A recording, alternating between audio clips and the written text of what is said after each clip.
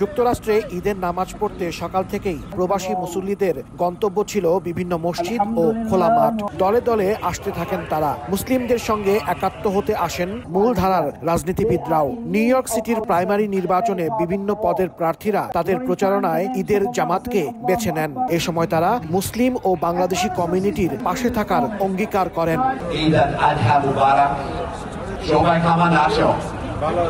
বাংলাদেশ আমার প্রিয়া।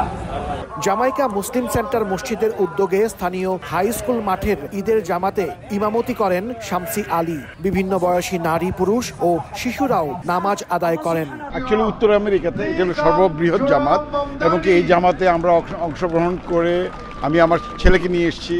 এত বড় বিশাল আয়োজন, আমি রিয়েলি মুগ্ধ। এখানে জামাইকাতে বহু মুসল্লি, আমরা মানে 10-15 হাজার বা 20 হাজার একসাথে নামাজ পড়ছি। মুসলিম উম্মার শান্তি ও বিশ্ববাসীর কল্যাণ কামনায় মোনাজাত করা হয়। ঈদ মোবারক। ঈদের নামাজের পর মুসল্লিরা পশু কুরবানিতে ব্যস্ত হয়ে পড়েন। অনেকেই গ্রোসারির দোকানগুলো থেকে কোরবানির মাংস সংগ্রহ করেছেন, কেউ কেউ আবার নিজ হাতে পশু কুরবানি করেছেন।